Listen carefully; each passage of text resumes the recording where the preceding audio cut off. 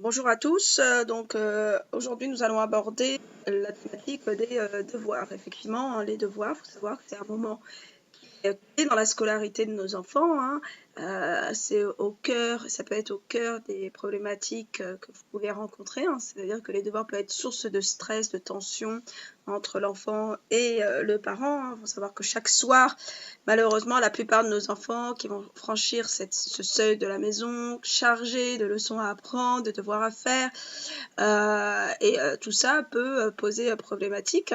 Et comment et quand s'y mettre, des fois ça peut être compliqué et créer des tensions entre vous et votre enfant. Donc on va essayer d'aborder tout au long de ce module des petites astuces, des choses à connaître sur cette thématique, hein, c'est-à-dire sur les devoirs à la maison, comment s'y prendre, comment mettre notre enfant au devoir, parce que ça aussi ça peut être compliqué. Et on va mettre un peu en avant aussi quelques outils à mettre en place qui vont servir à nos enfants ou à nos adolescents pour retenir les choses et que ça soit plus un moment de tension ou quelque chose de stressant pour vous, mais aussi pour eux, parce que ça peut être aussi stressant pour eux. Donc, apprendre une poésie ou réviser un contrôle, hein, personne ne sait faire cela spontanément, donc ça s'apprend.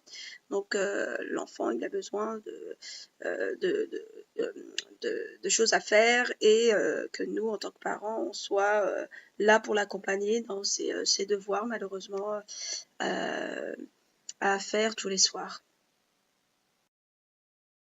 En tant que parent, j'ai vu qu'il y avait pas mal d'inquiétudes.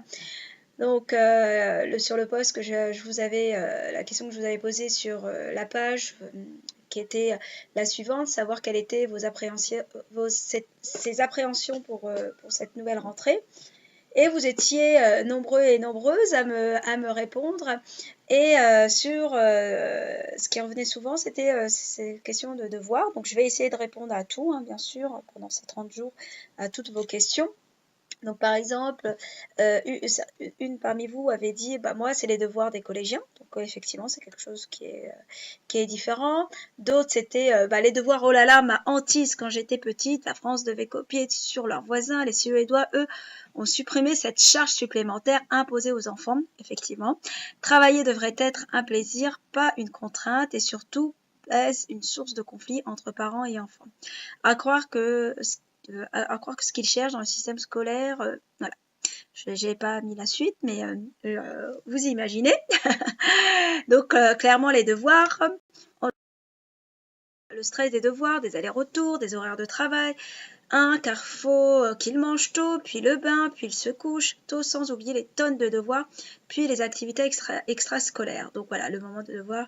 Donc, comme vous pouvez le voir là sur cette diapo, les devoirs, ça peut être source de stress pour les parents. Et on appréhende beaucoup cette mise en pratique de ce que les enfants ont vu dans la journée, le soir à la maison. Donc, on va essayer de l'aborder. Il faut savoir que apprendre une poésie ou réviser, on va dire, un contrôle, personne ne sait faire, hein. Ça se fait pas tout seul, hein. Bien sûr, on doit l'apprendre, hein. Et chaque année un grand débat, hein, entre les parents et les enseignants et le corps, on va dire les institutions scolaires, dans le sens où les devoirs, déjà à la base, ils sont interdits depuis la loi de 1956. Donc ce sont bien sûr les devoirs écrits, hein. Donc là, si on reprend le texte de loi, parce que ça fait partie de la loi de l'éducation nationale, aucun devoir écrit, soit obligatoire, soit facultatif, ne sera demandé aux élèves hors de la classe. Mais malheureusement, sur le terrain, entre la théorie et la pratique, sur le terrain, malheureusement, nos enfants ont énormément de devoirs. Donc, certains parents y tiennent, certains enseignants aussi y tiennent, d'autres sont un peu sous pression de ce système où on leur donne des devoirs, sachant qu'ils peuvent être très fatigués en rentrant de l'école. Donc voilà, mais malheureusement on est obligé d'y faire face en tant que parent, parce que voilà, c'est au bon vouloir de l'enseignante et de la structure scolaire, on va dire. Donc les devoirs sont obligatoires, malheureusement, hein. Bon, après, il y a cette inégalité on va dire, qui va se jouer par rapport à ses devoirs, hein, lorsque le parent n'est pas disponible tout le temps, hein, ou le parent n'est pas des pédagogues, on va dire, qui n'a pas les outils, ou que si le parent ne parle pas parfaitement français, bah, ça peut avoir un impact sur la scolarité de l'enfant. Mais là, si on reprend les statistiques, rapidement, faut savoir que quand même 83% des parents pensent que c'est très important pour eux que leurs enfants aient des devoirs. Et 58% des parents aident systématiquement leurs enfants, hein, depuis qu'ils à faire leurs devoirs. Donc ça, c'est voilà un peu plus de la moitié. Si en moyenne le temps que les parents passent, parce que c'est aussi ça, hein, c'est le temps, sachant qu'on est très limité au niveau du temps pour les personnes qui finissent tard, qui récupèrent leurs enfants, entre l'étude, entre le centre, entre voilà peut-être les activités extrascolaires, le temps est assez limité entre les repas, le bain, les devoirs, etc. Ça peut, voilà, ça peut, on peut avoir un temps qui est restreint. Donc en moyenne, hein, au niveau statistique, par rapport à cette étude qui a été faite, les parents prennent entre 15 et 30 minutes pour faire les devoirs à leurs enfants. Donc il y a 47% de parents qui se sentent capables vraiment d'aider leurs enfants déjà. Hein, c'est à peu près pareil que le temps mis pour faire les devoirs. Hein. J'ai entre 15 et 30%, là, vous voyez bien.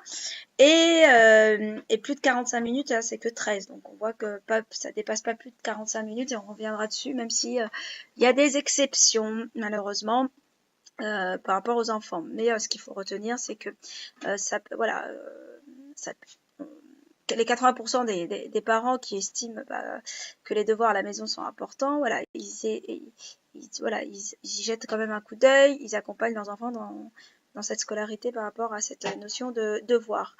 Donc voilà, donc c'est ce thème-là, c'est vraiment un thème là, voilà, qui fait débat, mais voilà, c'est entre guillemets une obligation pour certains enfants, ceux qui sont bien sûr scolarisés. Et souvent, on est diminué, hein, et là, ça a créé des appréhensions, c'est ce que je disais tout à l'heure en introduction. Donc là, je vais vous donner quelques pistes, quelques astuces pour accompagner au mieux hein, vos enfants aller à travailler hein, chaque soir, parce que c'est voilà, hein, c'est soir, mais de le faire de façon intelligente en tenant compte les spécificités peut-être de l'enfant, mais aussi certaines lois de la fatigue ou de la mémoire qui va vous permettre aussi d'accompagner au mieux et que vous soyez surtout, vous en tant que parent, une aide précieuse dans l'accompagnement de la scolarité de vos enfants. Donc, comment vraiment aider notre enfant en fait, efficacement et de façon sereine, que les devoirs se passent, on va dire, plus sereinement. Hein.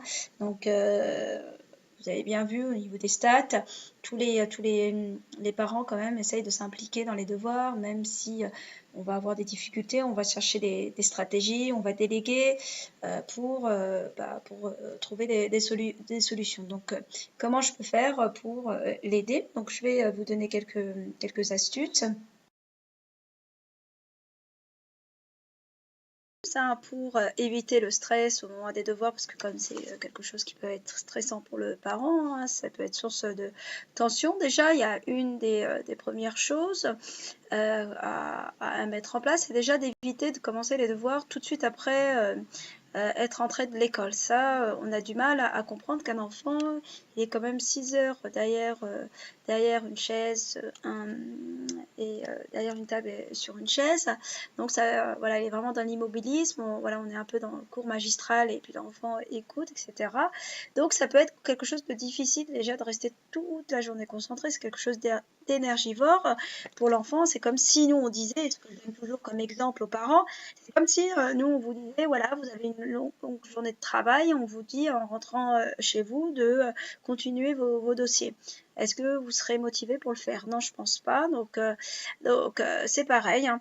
Les enfants ont besoin de pause, ont besoin d'avoir au moins un quart d'heure. Par exemple, avant 13 ans, on dit qu'il faut avoir à peu près un quart d'heure au moins nécessaire pour qu'ils puissent déjà, qu'il y ait cette transition qui se passe entre lorsque je suis sortie de l'école et le passage au devoir. Donc la pause, elle va être nécessaire. Il a besoin de bouger, un enfant. Il faut savoir que voilà, c'est vraiment un sas de décompression qui est nécessaire déjà pour qu'il puisse déjà récupérer cet enfant. les tensions qu'il a peut-être pu accumuler dans la journée, et je pense qu'il en a accumulé, hein. Faut savoir que voilà, entre le stress des camarades, le stress des apprentissages, voilà, l'enfant cumule pas mal de tensions. Donc voilà, faut le laisser se reposer, d'être dans le jeu libre. Surtout que euh, lorsqu'on regarde vraiment concrètement, on voit que quand même les enfants, ils ont quand même des semaines assez chargées. Ça aussi, hein, et ça c'est un constat, hein.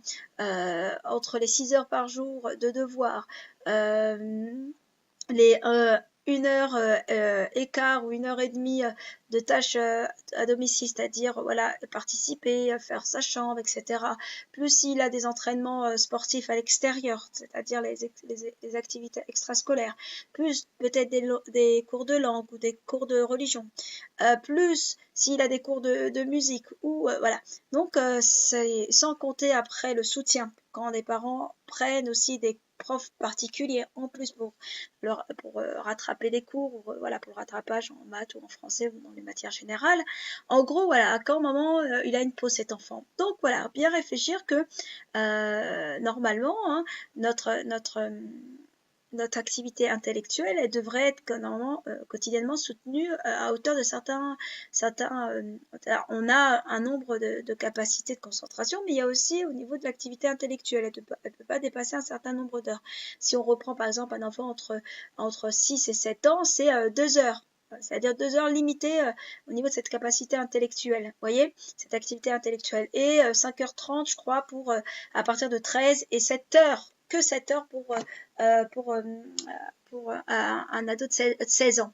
Donc, vous voyez, donc l'enfant, voilà, on le stimule beaucoup, on lui demande pas mal de choses, donc voilà. C'est pour ça qu'à l'école, il y a quand même des pauses, mais ces pauses-là, ces pauses, on va dire, ou ces moments de détente, elles sont pas nombreuses.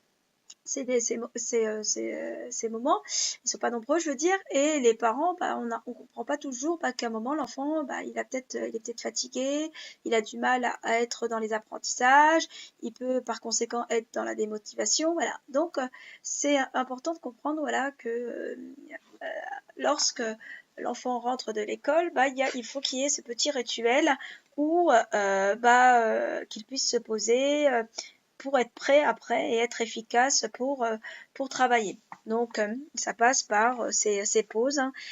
Lorsque je dis pause, c'est bien sûr, c'est-à-dire un jeu ou un sport, ou voilà, quelque chose qui lui permette, ou même discuter. Vous voyez, vous pouvez aussi vous poser, vous, avec votre enfant, discuter, échanger sur ce qu'il a pu avoir de la semaine, de la journée, comment s'est passée sa journée, sans rester dans les apprentissages, parce qu'on est toujours là, combien t'as eu, est-ce que t'as raté le contrôle, voilà, on est beaucoup dans ça, on n'échange pas vraiment sur son vécu, son ressenti. Alors que si il sait que bah, on est à son écoute et qu'il a pu décharger certaines tensions, bah, ça permet d'être déjà de bonne humeur et être prêt tout simplement aux apprentissages, vous voyez, donc d'être vraiment dans l'écoute active pendant ces pauses. D'éviter bien sûr tous les écrans, tout ce qui va être télé, écran, parce que ça va avoir un impact sur la concentration lorsqu'il faudra se mettre au travail. Donc limiter bien sûr aussi, hein, avec des horaires qui soient bien fixes. Donc quand on parle de deuxième astuce que je peux vous donner, c'est de créer des rituels, c'est-à-dire les rituels déjà, ce que je disais lorsqu'on a parlé du stress et hier, lorsqu'on a évoqué se préparer pour la rentrée, on avait parlé des rituels, que c'était des repères pour les enfants. Donc bah, c'est exactement la même chose. Donc des rituels pour faire les devoirs, donc c'est-à-dire avoir des horaires fixes, hein, c'est-à-dire voilà, tu joues de telle heure à telle heure, hein, voilà, de 4h30 ou de 17h à 18h30, bah, je te laisse jouer, te détendre, tu fais ce que tu veux. Si tu veux écouter, je sais pas, une musique, si tu veux aller jouer avec tes Lego, si tu veux dessiner, il n'y a pas de souci, voilà, c'est ton temps, tu fais ce que tu veux du moment que les écrans ne sont pas allumés. Le fait d'avoir ce petit rituel d'horaire fixe, de aussi trouver un endroit au calme, sans distraction, un endroit de préparer son environnement à se préparer au travail, voyez. Et ça, ce sont des petits rituels, voilà, mais les devoirs vont être faits, je sais pas, peut-être dans le salon, dans la chambre, dans ma chambre, voilà. Faut que les rituels se mettent en place dès le début de l'année. C'est-à-dire dès que vous allez pouvoir mettre ces rituels en place, hein, que ça soit comme les rituels du soir, c'est-à-dire j'arrive, tu goûtes, tu te détends, ta pause, tes devoirs, un petit temps libre et au dodo. Et le repas est au dodo, vous voyez, et on dort. Donc tout ça va permettre de créer en fait cette rupture entre l'école et la période des devoirs, mais aussi les moments où il fait ses petites pauses pour permettre de se recharger, vous voyez. Et ça, c'est quelque chose d'essentiel. Donc, vraiment d'installer ces rituels, des devoirs du soir, et il faut que ça soit aussi toujours dans le même endroit. Vous voyez, toujours à peu près à la même heure, et toujours dans un lieu qui soit identique, voilà, chaque jour pour déjà, voilà, favoriser au mieux l'apprentissage, qui est quand même un socle, une structure pour cet apprentissage. Ensuite, la gestion du temps, hein, deuxième astuce, savoir gérer son temps. Il faut savoir qu'un enfant, il a du mal encore à gérer son temps. Donc, faut aussi que ça soit limité. C'est-à-dire que limité, tout dépend après de ce qui est compliqué pour lui, parce que chaque enfant avance à leur rythme, sachant qu'il y a des enfants qui vont avoir des difficultés, donc on va mettre peut-être plus de temps, mais on reviendra dessus tout à l'heure. Donc, que le temps de travail, on va dire, soit bien ritualisé et il y a aussi un temps qui est aussi, on va dire, une référence. On dit qu'entre 8 et 12 ans, il peut se concentrer, un enfant peut se concentrer une demi-heure sur une tâche, c'est-à-dire comme je disais tout à l'heure, notre capacité d'attention, de concentration, elle est limitée. C'est comme nous, toute une journée, on est en formation, on ne pourra pas se concentrer toute la journée. Et c'est pareil pour un enfant qui a un cerveau qui est encore immature, donc ça va être aussi difficile pour lui. Hein. Donc voilà, après à partir de 15-16 ans, il commence à être dans une concentration qui se rapproche d'une concentration adulte, qui est de 40 à 45 minutes sur une tâche donnée. Vous voyez, donc, et elle est différente des personnes, bien sûr, mais aussi des âges. Donc, de prendre en compte l'âge de vos enfants et de comprendre qu'il ne peut pas toujours se concentrer de façon efficace. Donc, d'où le fait d'avoir des pauses aussi faire de courtes pauses. C'est-à-dire que de dire voilà, de temps en temps, je te donne cette tâche à faire. Toujours dans les devoirs, commencer par ce qui est plus facile. Donc ça permet déjà de travailler cette estime de lui, de voir qu'il peut réussir les choses qui est facile pour aller vers quelque chose de plus compliqué ou voilà, quelque chose qui va lui prendre un peu plus de temps. Donc ça permet voilà d'avoir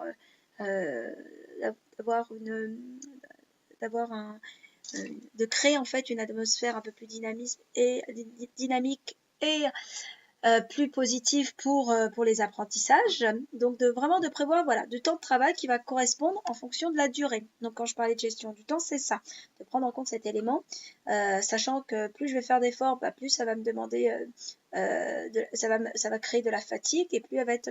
Donc c'est important aussi de raccourcir le temps des pauses. C'est-à-dire voilà, selon les enfants, d'avoir des petites pauses entre chaque activité ou chaque devoir qui va demander beaucoup d'attention. Donc, on peut aussi être présent. Donc, quand je parle de gestion du temps, ça permet aussi voilà, sans être trop, d'être vraiment un accompagnateur en tant que parent, donc de lui offrir ce cadre qui est sécurisant, c'est-à-dire voilà, je suis pas loin, voilà, je te laisse faire, je suis pas là. Donc ça va lui permettre de nourrir sa confiance. Ça va lui permettre aussi de voir que le temps il est peut-être dépassé ou de lui dire est-ce que tu as besoin que je te fasse réciter, est-ce que tu es prêt, vous voyez. Mais voilà, l'aide extérieure est nécessaire aussi pour lui. Donc, sachant qu'il n'a pas encore les compétences de gérer son temps, hein, l'enfant de façon générale, donc là, votre présence va être essentielle, sans être collée à lui, sachant que l'objectif c'est quand même de le rendre autonome. Et là, là j'aborde le quatrième astuce qui est l'autonomie. Le but quand même d'un parent, c'est de rendre le plus autonome votre enfant. Vous voyez, face aussi à ses devoirs, c'est-à-dire que c'est pas à nous parents, parce que souvent on a tendance à s'approprier et investir dans les devoirs comme si c'était nous qui passons le bac ou qui passions les évaluations. On a tellement peur, alors que pas du tout. C'est voilà, c'est lui qui bosse, c'est lui qui passe ses évaluations ou ses examens. Donc voilà, faut vraiment qu'on arrive à mettre cette distance entre nous et nos enfants, souvent on a du mal, et ce qui va pas les rendre en fait autonomes. Donc vraiment d'éviter, par exemple, il y a certains parents qui vont venir ouvrir le cartable, vider, prendre le cahier texte. Bon, après le cahier texte, on le fait tous, ça c'est pour voir à peu près les devoirs, mais il peut par exemple lui sortir son cahier texte, lui dire voilà, si c'est un enfant qui est en âge de lire, bah qu'il lise à haute voix, comme ça vous savez à peu près il a quoi comme devoir. Si c'est pas le cas, il sait pas, il n'est pas encore en capacité de lire, bah de le lire. Donc là effectivement on doit prendre les devoirs et lui apprendre la méthodologie, on va dire, à mettre en place tout de suite lorsque c'est le temps des devoirs. Donc on devrait simplement lui donner des directives en fait et pas faire à sa place. Et c'est ça qui va vous permettre, vous en tant que parent, de prendre une certaine distance, hein, et de comprendre que voilà, c'est lui, il travaille pour lui et non pour nous. Ça, souvent, je le dis souvent aux parents, on se met tellement de stress pour ses devoirs, tellement de pression, et que souvent bah, on va projeter malheureusement sur nos enfants, on va voir que les devoirs vont être très... Et le pire c'est qu'eux ils vont voir que c'est quelque chose d'important pour nous. Donc ce qui va se passer c'est que ils vont ça peut créer aussi une pression pour eux, et au contraire, lorsque c'est des ados, ça peut être bah, source de conflit et aussi être un élément d'opposition. Donc faites attention de pas vous mettre vous-même déjà la pression, sachant que comme j'ai dit en intro, bah, les devoirs déjà c'est interdit par la loi. Donc si les enfants n'ont pas fini parce qu'ils s'étaient fatigués ou ils ne les ont pas fait ou parce qu'ils ont des difficultés, on a donné énormément de devoirs. Vous savez que c'est un enfant qui peut avoir des troubles de l'apprentissage, donc des choses qui peuvent être compliquées pour lui. Donc peut-être d'écrire un petit mot à la maîtresse, lui faire comprendre bah, il n'a pas fini sans vous mettre de pression. L'objectif est quand même des devoirs, et c'est ça que vous devez quand même comprendre. Et, l'objectif, c'est vraiment de consolider les acquis, de réactiver les informations qu'il a eues dans la journée. C'est-à-dire ce qu'il a vu dans la journée, est-ce qu'il a retenu quelque chose ou pas. Et c'est aussi cette possibilité, et ça c'est important de l'entendre, c'est la possibilité de terminer le travail qu'il n'a pas fini en classe. Parce que l'objectif des devoirs, c'est de revoir, vous voyez, donc, et puis de remettre peut-être aussi de l'ordre dans ses cours. C'est ça vraiment l'objectif des devoirs. Le travail à domicile, c'est vraiment ça. Et bien sûr, l'apprentissage de l'autonomie dont je suis en train de vous parler. C'est-à-dire que nous, en tant que parents, souvent, on va projeter cette angoisse, ces fausses croyances, soient parfait, faut que tout soit bien, faut que tu donnes. Donc, il y a des parents qui excellent. Alors, un exemple, je peux prendre un exemple d'une maman que j'accompagnais ses enfants, maman qui est très dans le perfectionnisme, pression, tout doit être parfait, donc les devoirs doivent être parfaits, fallait que l'enfant ait rajouté des choses pour que l'enfant ait bien acquis, mais vraiment est dans les devoirs, donc elle est donnée aussi à la maîtresse. Et un jour j'ai échangé avec la maîtresse, parce que voilà, j'échange beaucoup avec le corps enseignant à l'extérieur pour le suivi de mes patients, de mes patientes.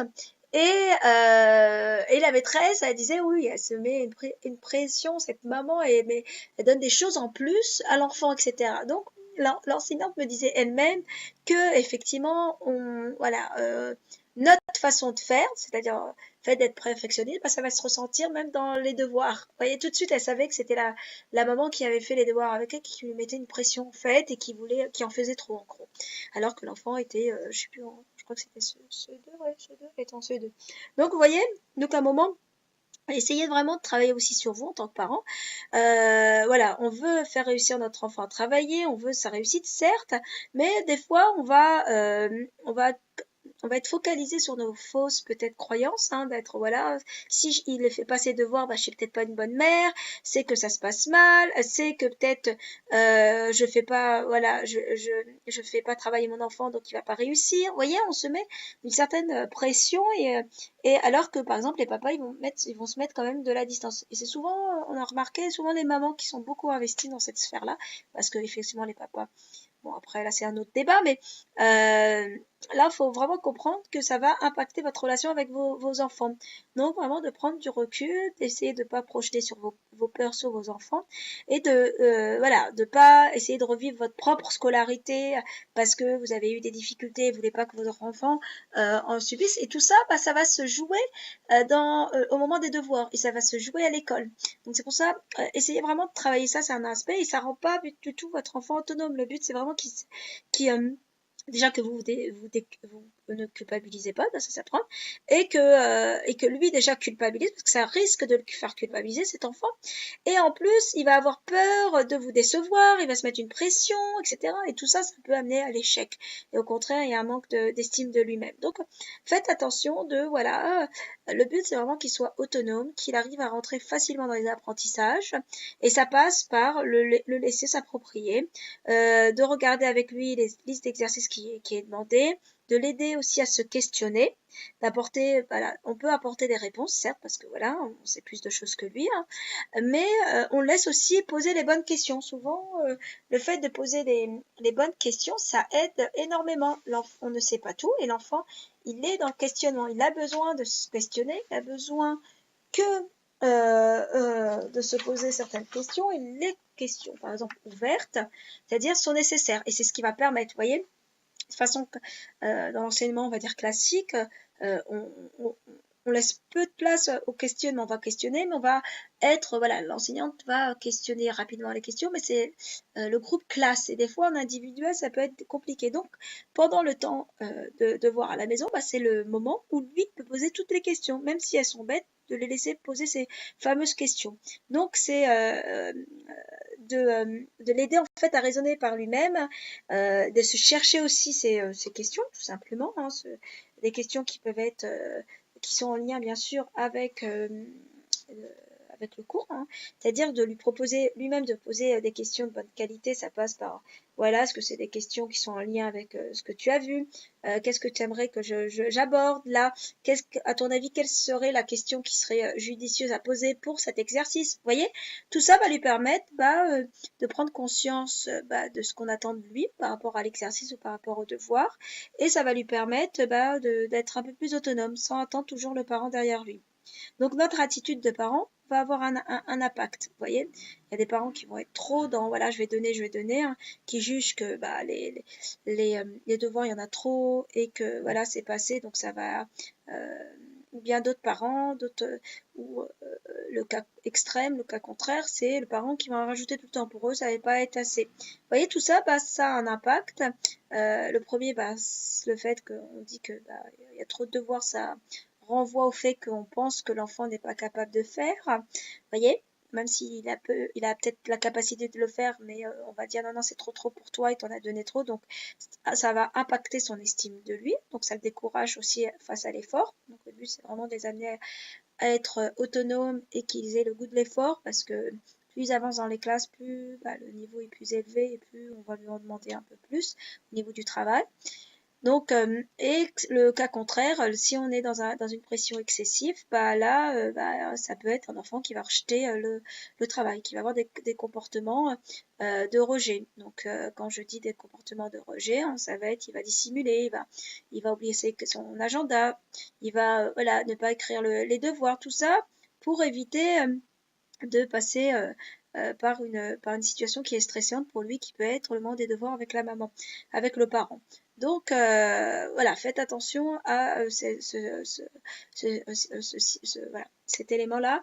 L'objectif, c'est quand même de les rendre autonomes et qu'ils acquièrent petit à petit les apprentissages scolaires, et qu'ils puissent avoir la méthodologie, hein. Donc ça passe par installer des petits repères, créer des petits rituels de la mise au travail, hein, comme on a dit, hein, c'est-à-dire d'être au calme, d'éteindre son téléphone ou son ordinateur si c'est un ado, d'aller prendre un verre d'eau avant de commencer, de bien prendre ses cahiers, d'avoir tout sur la table de disponible pour le sortir voilà. Tout ça va lui permettre d'être autonome, mais en même temps de créer des rituels et une méthodologie de travail qui va lui permettre de l'accompagner tout au long de sa scolarité. Et ça, c'est important de le comprendre. Ensuite, bon, après il y a plein de petites choses, mais ça je l'évoquerai si pour ceux qui le souhaitent. Je vous enverrai un autre podcast, voilà, un peu plus complet sur cet élément. Là, j'essaie d'écourter au niveau cette vidéo, mais voilà, s'il y a des questions, ça sera l'occasion dans les commentaires. Donc voilà, l'objectif c'est vraiment de les rendre autonomes face à la tâche de travail, hein, et de pas faire à leur place, hein, comme certains parents des fois, voilà, des fois on ne sait pas si c'est la note du parent ou la note de l'enfant. Le but c'est lui qui est évalué, c'est lui qui doit acquérir ses connaissances. Ensuite, la cinquième astuce c'est d'apprendre à déléguer. Ouais, tout à l'heure je parlais de projeter. Souvent on va beaucoup projeter, donc le fait de déléguer à quelqu'un de l'extérieur, que ce soit même le papa. Si vous savez que vous n'avez pas les tensions, moi je sais que avec ma grande, je sais que je délègue parce que je sais que ça peut être source de conflit à un moment donné, parce que voilà, à part des particularités qui peuvent être compliquées, donc ça passe mieux et en plus c'est plus fluide peut-être avec l'autre. Donc voilà, on ne culpabilise pas, c'est pas parce qu'on a délégué qu'on ne fait pas notre rôle. Vous inquiétez pas, vous jouez vraiment votre rôle sur d'autres aspects. Mais si vous savez que vous n'avez pas la pédagogie, moi je sais que j'ai pas la pédagogie pour, donc je délègue, tout simplement. Bah, c'est exactement pareil. Essayez vraiment de pas vous mettre la pression, d'anticiper les difficultés, hein, pour éviter que ça impacte votre relation. Donc je délègue soit à l'étude, hein, je l'inscris à l'étude, soit c'est le papa, soit c'est un prof particulier, soit c'est dans une association. Voilà, pour que l'enfant puisse, voilà, qu'on n'ait pas que la casquette d'enseignant, de maman enseignant ou parents. Pour ceux qui font bien sûr école à la maison, ça c'est particulier parce qu'on a toutes les casquettes, mais ça peut être aussi pour vous, hein. Par exemple, s'il a des devoirs, même pendant le temps de la scolarisation à la maison, ça peut être de lui donner des petits devoirs en plus, mais qui est peut-être fait par quelqu'un d'autre, vous voyez, pour voir si les acquis ou la façon d'expliquer est comprise ou pas. Vous voyez, donc c'est vraiment voilà, de déléguer. Et puis, quand est-ce qu'on peut aussi demander des cours particuliers? C'est à ce moment-là, lorsque vous voyez qu'il y a des difficultés ou lorsque vous êtes tellement stressé, perfectionniste, là, ça va être le moment de prendre quelqu'un pour accompagner au mieux votre enfant. Donc voilà, de ne pas perdre confiance, de ne pas vous angoisser, de pas, voilà, pour éviter de ne pas vous bloquer sur cet élément. Voilà, plus je délègue, plus déjà je diminue ma charge, moi, de travail en tant que parent, mais aussi ça permet de mieux communiquer et que l'enfant ait plus confiance dans ses apprentissages et dans ses capacités. Voyez, et à bien comprendre à l'enfant, si je délègue ou si c'est des cours particuliers, ou de bien lui faire comprendre que c'est pas une punition, parce que souvent des fois, voilà, lorsqu'ils vont aller à l'étude, ils pensent que c'est voilà, c'est parce qu'on ne veut pas rester avec eux ou quoi que ce soit. Donc, vous voyez, de bien le faire comprendre que c'est pas parce qu'on le punit ou quoi que ce soit, mais c'est une aide qui pourrait l'aider pour qu'il soit plus à l'aise à l'école. Vous voyez, vraiment le préciser. Donc, et ça, c'est important. Ensuite, le dernière astuce, sachant qu'il y en a d'autres, mais bon, là, c'est aussi principal, et on échangera dans les commentaires, c'est de savoir coacher votre enfant. Le but, c'est l'amener à être autonome, l'amener à être dans les apprentissages, de s'approprier en fait sa scolarité. Et lorsque je parle de coacher, c'est aussi la façon d'apprendre, c'est-à-dire de l'aider à savoir comment il va apprendre, parce qu'on a tous notre façon d'apprendre, hein, c'est-à-dire que dans les apprentissages, c'est pas on impose, c'est je vois souvent dans les devoirs, souvent c'est aussi source de stress. Pourquoi? De pression, parce qu'on impose aussi notre façon d'apprendre à nos enfants, sachant qu'on a tous des façons d'apprendre qui sont différentes. Ça serait peut-être un sujet, ça aussi, hein, à aborder. C'est-à-dire que on peut aussi, en tant que parent, favoriser en fait l'apprentissage, parce que le but dans tout ça, c'est que l'enfant apprenne par lui-même, c'est-à-dire qu'il sache apprendre à apprendre. C'est-à-dire que c'est aussi le but de l'école, hein, c'est apprendre à nos enfants les connaissances et transmettre. Il y a des enfants qui vont être dans un apprentissage qui va être différent de celui des parents. Donc, imposer à son enfant, lorsqu'il a une leçon à apprendre, de lui dire va la recopier 10 fois et tu verras, ça va rentrer dans ta tête, etc. Non, c'est à lui petit à petit, et c'est à vous de l'aider, donc de le coacher à apprendre, c'est-à-dire de lui donner des méthodologies, de voir est-ce qu'il est visuel, est-ce qu'il est auditif, il a besoin simplement d'entendre le coup, est-ce qu'il a besoin de le recopier, est-ce qu'il est kinesthésique. Il y a différentes manières d'apprendre, de lui poser aussi, quand vous allez le coacher, peut-être pour les enfants qui vont avoir du mal dans les devoirs, peut-être de découper la tâche en plusieurs tâches, hein, si c'est quelque chose de difficile. Donc ça lui permet aussi de se rassurer, vous voyez, et aussi de comprendre. de lui poser aussi des questions, c'est-à-dire que quand je parlais de questions ouvertes, c'est maintenant à vous de lui poser des questions, de savoir qu'est-ce qu'il a compris, qu'est-ce que tu as compris, qu'est-ce qui te reste encore à faire, qu'est-ce que tu as encore en mémoire, ce que tu as retenu de ce que la maîtresse a dit dans la journée ou hier. Vous voyez, qu'est-ce que tu connais sur le sujet. Vous voyez, lui poser des questions ouvertes sans lui mettre du stress, et ça va vous permettre déjà de comprendre qu'est-ce qu'il sait faire, qu'est-ce qu'il a pu comprendre, et de comprendre aussi les manquements, qu'est-ce qu'il lui reste encore à apprendre. Vous voyez, tout ça va lui permettre tout simplement d'acquérir une façon d'apprendre, et c'est cette façon d'apprendre qui va lui permettre de réussir tout simplement. Apprendre, ça passe par différents aussi processus, hein. On doit analyser, on doit comprendre pour pouvoir mémoriser. Mais si on n'analyse pas ce qu'on apprend et on ne sait pas de quelle manière, si on ne comprend pas ce qu'on fait et pourquoi je le fais, et souvent les enfants ne comprennent pas le sens de l'école, automatiquement, ça va être difficile de comprendre et de mémoriser tout ça. Donc, vraiment de poser les bonnes questions et de l'aider à être dans ce décodage de la façon d'apprendre, on appelle ça le projet d'apprendre, c'est-à-dire voilà, qu'est-ce que je vais mettre en place pour mieux apprendre et de quelle manière je suis le plus efficace et je retiens de quelle manière, vous voyez. Et tout ça va permettre à l'enfant d'y arriver. Donc au départ, il va pas y arriver, après je peux y arriver, je veux le faire, il va vouloir le faire, ça va créer en fait un dynamisme et créer une motivation, et ce qui va lui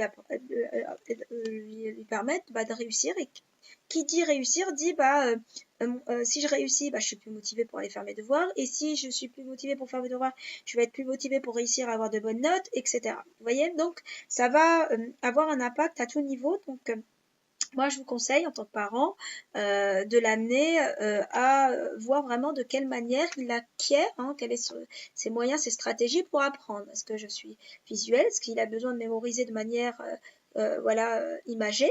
Voilà, comme si c'était un appareil photo. Voilà, j'ai l'image, j'ai les photos, j'ai le cours dans la tête.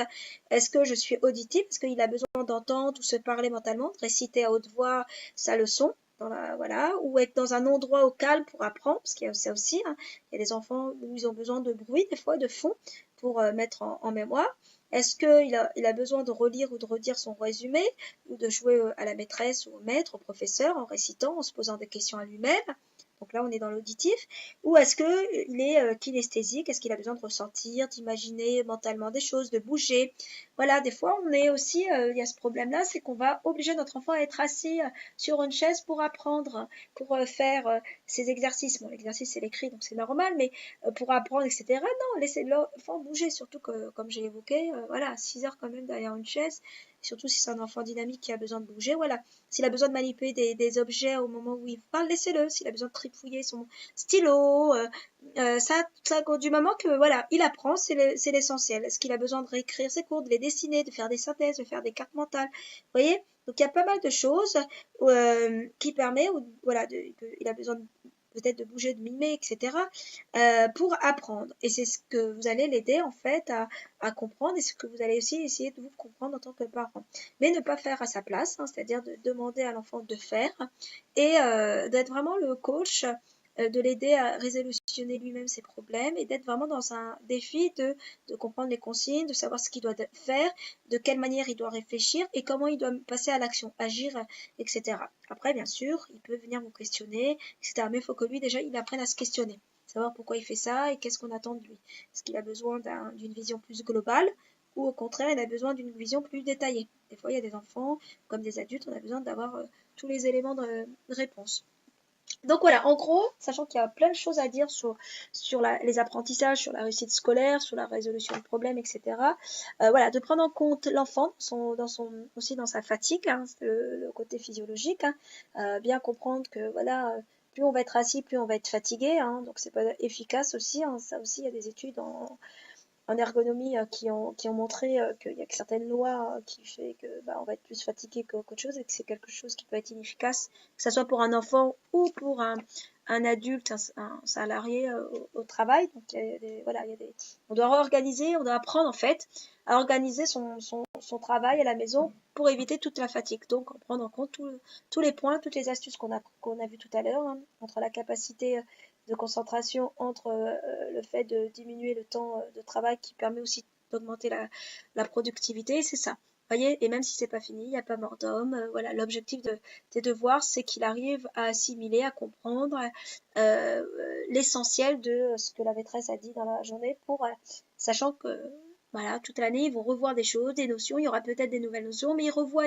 Donc il y a les évaluations qui permettent de revoir tout en global, sachant que même dans les révisions, il faut réviser tous les jours, il faut lire un peu tous les jours pour réactiver, pour mettre en mémoire à long terme. Et ça, on en reparlera peut-être de cette thématique-là, la mémorisation, l'apprentissage, comment ils apprennent les enfants. Je pense que ça sera une thématique. Donc, comme vous avez pu le voir sur les différentes astuces, pour éviter ce stress à tout moment, il faut quand même établir des règles de fonctionnement. Et c'est ces règles de fonctionnement, c'est pour ça qu'au départ, il faut en mettre. Ces règles qui sont simples et claires et surtout, il faut s'y tenir, être congruent. C'est-à-dire quand on dit quelque chose, il faut que je le fasse tout le temps, peu importe si je suis fatiguée, peu importe si l'enfant fait ses devoirs à l'extérieur ou vous avez changé vos habitudes. C'est-à-dire que ce jour-là, vous n'êtes pas à la maison, il est avec son cartable, où je vais être, les règles vont être les mêmes. C'est-à-dire dans n'importe quel endroit, il faut vraiment que cette règle soit tenue. C'est-à-dire, si je vais chez la mamie, il va avoir sa petite pause avant de passer au devoir. Donc, comme on a pu évoquer tout à l'heure, ça va être important et déterminant pour la régularité et avoir ces petits repères qu'on avait évoqués. Donc, ne jamais commencer, bien sûr, les devoirs tout de suite, comme je vous avais expliqué, parce que voilà, ils sont immobiles quand même pendant des heures et ils ont besoin de bouger.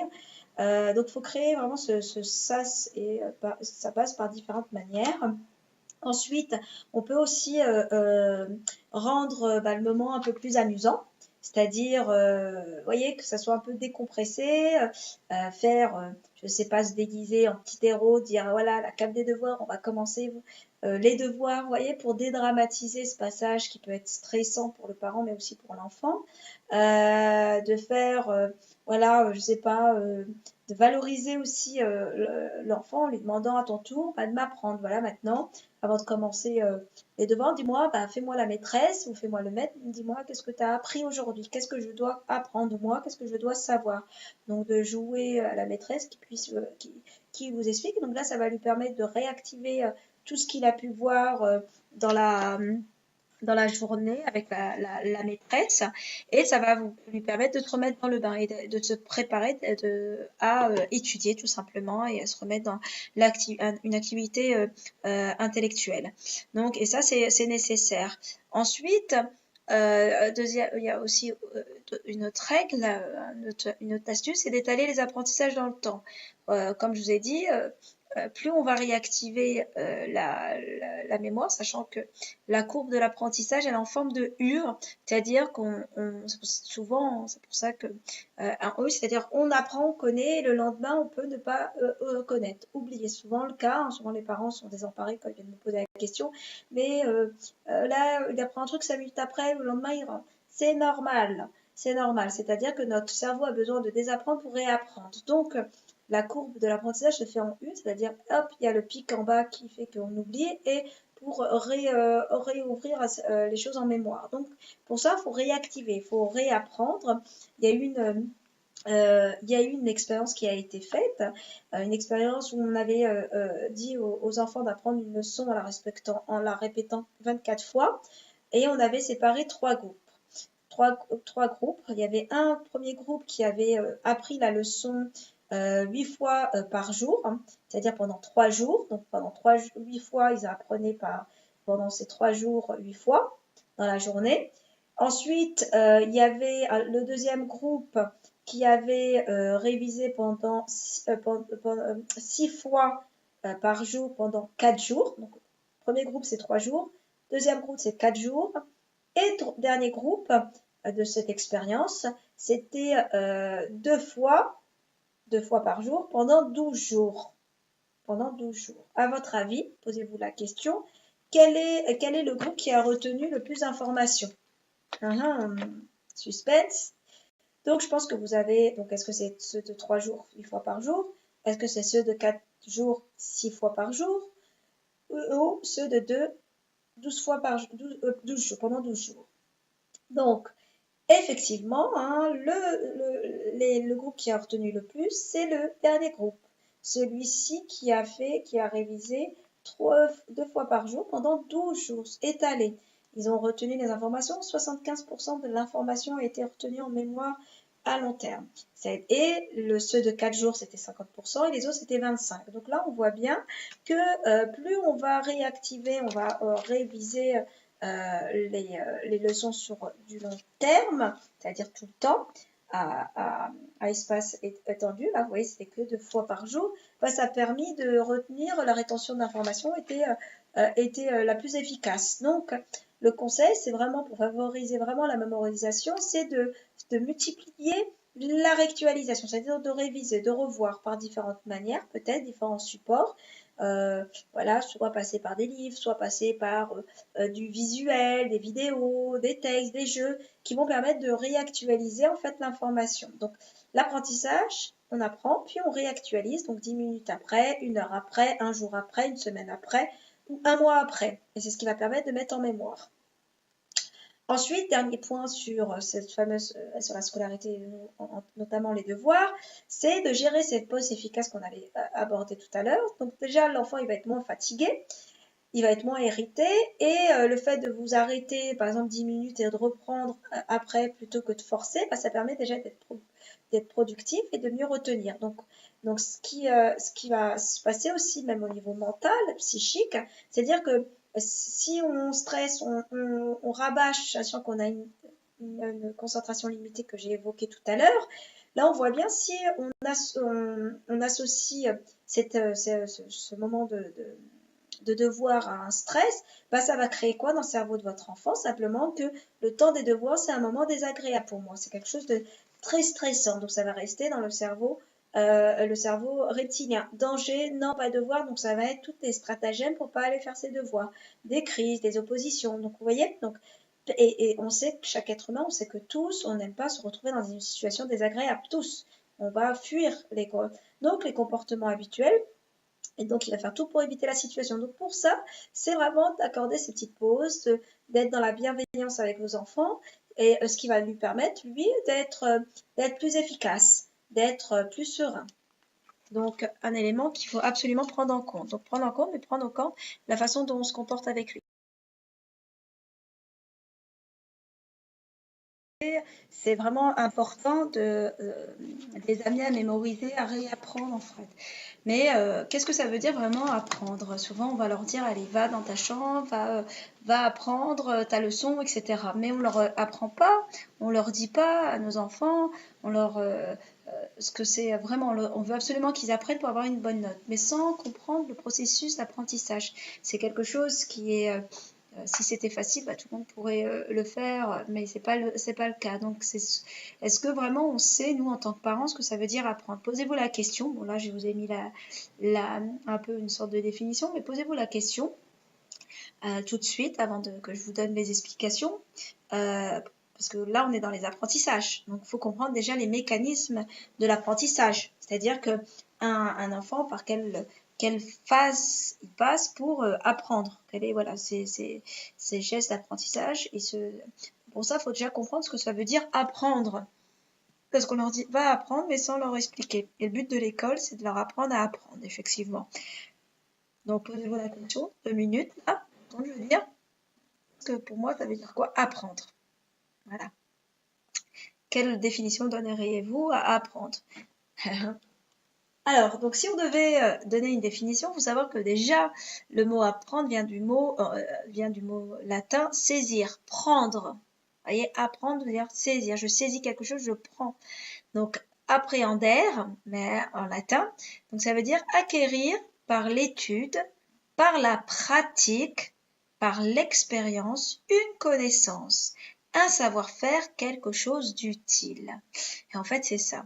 Nous, on a oublié le sens. Déjà, c'est acquérir par l'étude, donc je vais apprendre, lire, par la pratique, donc il faut que j'exerce, il faut que je manipule, et par l'expérience, une connaissance. Voyez? Donc là, on voit bien que apprendre, c'est quand même une démarche qui est active, une action de l'apport de la personne qui va être amenée à faire.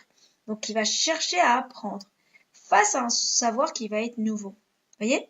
Mais lorsque on ne donne pas les moyens aux enfants, d'être dans l'action. Donc, il faut que eux aussi s'approprient la façon d'apprendre. C'est ce que j'ai évoqué sur les astuces. Vous vous rappelez, chaque enfant va avoir un fonctionnement différent, visuel. Donc, plus moi je prends conscience déjà de sa façon d'apprendre, plus bah, déjà il va acquérir plus facilement ce savoir nouveau. Donc, on va passer par aussi différentes phases. Donc, déjà, il faut qu'il y ait un but. C'est pas tu vas apprendre comme ça, non.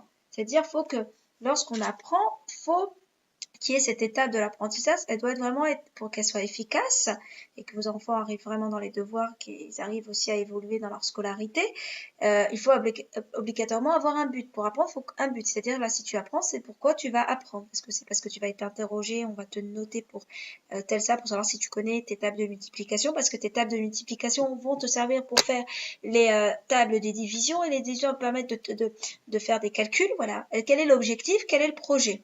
Voyez? Là, je vous ai parlé de la mémoire à court terme. Elle efface tout. C'est-à-dire qu'elle est, comme je parlais de la mémoire de travail, la mémoire de, faut savoir que la mémoire à court terme, c'est celle qu'on utilise tous les jours. Et elle est, on va dire qu'elle est temporaire. C'est-à-dire qu'elle va effacer les informations dans le cerveau. Et surtout si elles sont inutiles. Donc, elle va faire le tri. Le cerveau, il peut pas tout prendre comme info. Donc, il va trier. Mais s'il n'y a pas de but et si on n'a pas d'objectif derrière un apprentissage, donc il faut envoyer des messages à notre cerveau, le message je, l'intention, c'est-à-dire attention pour pas que ça efface, donc je vais apprendre. Donc, par exemple, j'apprends car demain je vais devoir réciter devant ma maîtresse la poésie, donc il sait pourquoi il l'apprend. J'apprends parce que je vais l'utiliser pour résoudre ce problème de mathématiques. Je suis obligée d'apprendre ce théorème ou cette formule parce que je sais que je vais être amenée à faire cet exercice plus tard.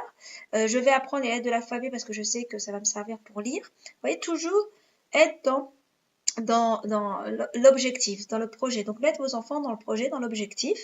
Et aussi, c'est aussi apprendre aussi à accepter l'erreur. C'est-à-dire que après chaque erreur, on se rapproche du succès, comme on dit. Donc, faut absolument apprendre à nos enfants à se tromper, à tomber. C'est pareil quand ils marchaient, les premiers. Ils tombaient, vous voyez, quand ils ont commencé à marcher, bah, c'était logique. Ils tombaient, ils se relevaient, c'était pas grave pour vous. Ils ont appris à marcher en tombant plusieurs fois, être dans cet échec. Vous voyez, bah, c'est exactement la même chose. Ça, on les motive, etc. quand ils sont petits, mais on oublie que bah c'est normal que tu n'as pas eu un 10 sur 20 ou un 20 sur 20 parce que voilà, t'as pas appris correctement la leçon, parce que tu t'es pris trop tard. Vous voyez, c'est comme ça qu'il va apprendre. Mais si moi je suis obnubilée par la note lors de l'évaluation et j'oublie le cheminement qui amène l'enfant à être dans les apprentissages et comprendre par où il doit passer pour acquérir de la connaissance, ça va être difficile. Donc, lorsqu'il grandit, la moindre petite erreur, elle est vécue des fois pour nous en tant que parents comme une difficulté, une catastrophe.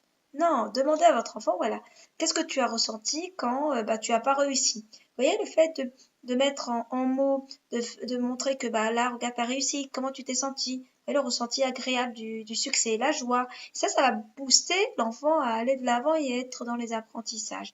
Et de booster aussi sa capacité intellectuelle. Vous voyez, et ça, on ancre des choses positives. Donc, de le faire imaginer, etc. aussi la victoire. Mais d'accepter aussi qu'il va y avoir des erreurs, qu'il va y avoir des échecs. L'échec, il est nécessaire. Et c'est pas un frein aux apprentissages, au contraire, on apprend de nos erreurs. On a le droit de se tromper. Donc, c'est comme ça qu'on doit aussi éduquer nos enfants à leur faire comprendre que c'est normal. Il faut que nous, déjà, on accepte que notre enfant se trompe. Et que c'est logique. Que derrière, il y a toujours, voilà, derrière, il y aura toujours une envie de réussir. Après, effectivement, il y a aussi cette peur des fois là, de l'échec. Des fois, il y a des enfants qui vont pas finir leurs devoirs, qui vont mal faire parce qu'ils veulent trop bien faire, donc ils vont s'épuiser. Donc là, on est vraiment dans des schémas de pensée qui sont internes, hein, c'est-à-dire si je fais des erreurs, c'est que je suis pas bon, je suis nul, je me trompe. Vous voyez, tout ça, ça va déclencher tout un état interne, des réactions négatives de la part aussi des parents, mais aussi de la réaction interne de l'enfant. Donc il va éviter tout de suite la situation inconfortable. Donc il va pas essayer parce qu'il est dans le perfectionnisme. Il se dit non, faut pas que je me trompe, j'ai pas le droit à l'erreur. Vous voyez, donc accepter l'erreur, ça fait partie de l'apprentissage, ça fait partie d'apprendre. Donc il faut vraiment que vous puissiez mettre ça en avant et de l'accepter, faire partie intégrante, ça fait partie intégrante de l'apprentissage, les échecs. Il faut l'accueillir positivement et en faire une occasion de s'améliorer, de dédramatiser et de faire dédramatiser votre enfant et de célébrer aussi les réussites. et c'est ce qui garde le cerveau. Le cerveau, c'est ce qui va le garder. Donc, il faut aussi comprendre tous ces éléments. Ça passe aussi par, voilà, apprendre, voilà, c'est vraiment une démarche qui est active. Pour ça, il faut avoir un but et accepter les mécanismes, les différentes phases. Donc, il y a des mécanismes d'apprentissage, hein, c'est-à-dire que la qualité de l'élève doit mettre en action, comme vous avez compris, donc mettre en action son attention, sa réflexion, mais aussi sa mémorisation. Donc, il doit analyser les choses, les comprendre et mémoriser. Mais si moi j'analyse pas, et si je les comprends pas, je vais faire toujours les mêmes erreurs. Donc, apprendre n'est pas seulement mémoriser, c'est pas tout de suite, alors que dans la phase d'apprentissage, il y a plusieurs phases qui se fait en 3 fois. C'est ce geste d'attention. Donc, je dois être attentif, analyser, voir, regarder, entendre, écouter. Ça, c'est des couples qui sont indissociables et indispensables pour l'apprentissage. Pour démarrer vraiment ce geste d'attention, on regarde, parce que c'est ce qui va faire la différence dans ce que j'ai vu, dans le texte, dans l'image, qu'est-ce que je dois retenir, vous voyez, donc je vais analyser tout ça. Donc, c'est l'objet que je regarde et que j'écoute, donc le chant aussi, là on est en train de travailler les sens. Donc le geste vraiment mental d'attention est défini par le projet, donc l'objectif comme on a évoqué tout à l'heure, mais aussi voilà, pouvoir analyser. Donc apprendre n'est pas seulement mémoriser, c'est aussi surtout comprendre. Je dois comprendre. Si par exemple, on donne un exemple, si on dit qu'il faut apprendre tel texte de loi, le numéro, je sais pas, être 13 34 1, et je vous dis, sans comprendre le sens, dis voilà, faut que tu apprennes par cœur. Est-ce que ça va servir à quelque chose? Non, il faut que je comprenne pourquoi je dois apprendre ce texte de loi. C'est grâce à ce texte de loi que j'arriverai à mieux comprendre les choses, voyez? Et c'est ce qui va permettre de mémoriser, de mettre en mémoire. J'ai besoin de comprendre pour mettre en mémoire, voyez? Donc là, on est encore dans la compréhension. Ce geste geste d'attention vient de la compréhension. Plus je comprends, plus j'arrive à raisonner, à comprendre et à être dans la réflexion, voyez? Donc je perçois les données, donc voilà, je les évoque, je les comprends. Donc ça, on est dans les gestes. Bon, là, je vous résume, mais il y a plein de choses à savoir sur le processus d'apprentissage, mais donc, lors des apprentissages, il suffit pas que de lire la matière, il faut aussi comprendre le projet, pouvoir restituer aussi ce qu'on attend de lui mentalement. Pour ça, ça passe par réintégrer l'information de façon visuelle, auditive ou bien kinesthésique, de le comprendre et après tout ça va être en mémoire, pouvoir après le restituer. Donc, ça fait partie des fonctions cognitives, c'est-à-dire voilà comment on apprend. C'est-à-dire, voilà, les connaissances, elles sont établies de quelle manière. Et c'est ce qui va permettre à l'enfant, pas d'être dans la réussite scolaire et d'apprendre à s'autodiscipliner, à se concentrer, à avoir de la rigueur, de travailler, d'être dans une autonomie. Voyez? Et c'est ça qui va vous permettre, vous, d'être efficace dans l'accompagnement avec vos enfants dans la scolarité. Et là, on est vraiment dans ce processus qui est important.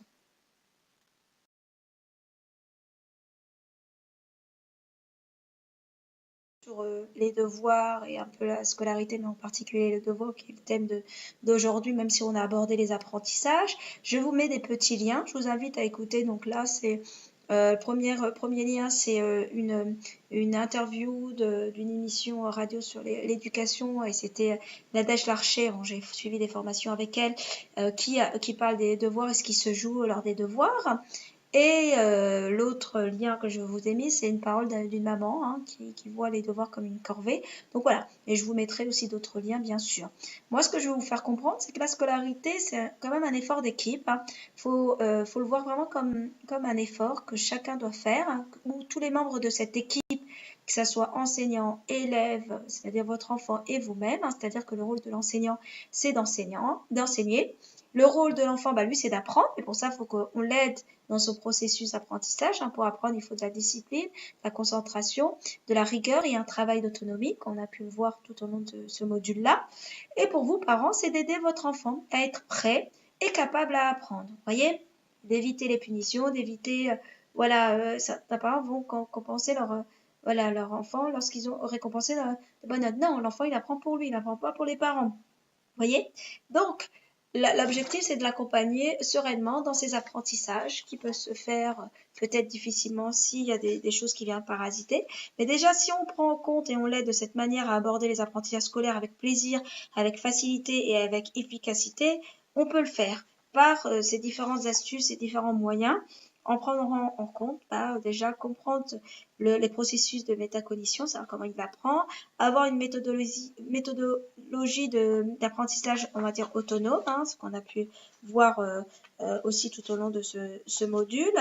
Et ça va vous permettre déjà d'être qu'il soit méthode, qui prenne confiance en lui dans les apprentissages et qu'il arrive à réussir dans la sphère scolaire, sachant qu'un enfant place la moitié de sa vie à l'école, donc il faut qu'il se sente bien et qu'il se sente bien aussi à la maison quand il doit apprendre et passer à la phase pratique. Donc voilà. Je vais vous souhaiter un bon courage. Vous pouvez y arriver en tant que parent, vous inquiétez pas. Vous pouvez accompagner, coacher et aider vos enfants si vous prenez en compte tout ce qu'on a pu voir. De vraiment leur donner le temps de voir à quel moment de vous poser la question, et j'ai oublié de vous les dire en conclusion, c'est de savoir quel temps va mettre mon enfant, quel temps j'accorde aux devoirs, qui va faire les devoirs avec mon enfant et de quelle manière il va les préparer. Et et surtout de se poser la question pourquoi ça me met peut-être autant de stress en tant que parent. Vous voyez, l'objectif c'est que ils commencent un peu dans leur scolarité, ils vont encore étudier, ils vont être encore en apprentissage tout au long de leur vie, même après être sortis du système scolaire. On apprend tout le temps, on est des êtres humains en apprentissage. Donc à un moment, il ne faut pas qu'ils soient écœurés ou qu'ils perdent leur estime d'eux-mêmes, leur confiance en eux face aux apprentissages, quel que soit dans les domaines, quel que soit le domaine, on va dire.